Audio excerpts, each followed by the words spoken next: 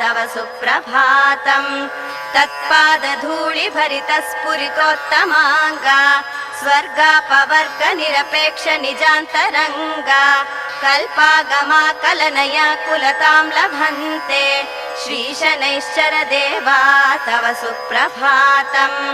ब्रह्मादयः सुरवराः समहर्षयस्ते सन्तः सनन्दनमुखास्त्वत योगिवर्याः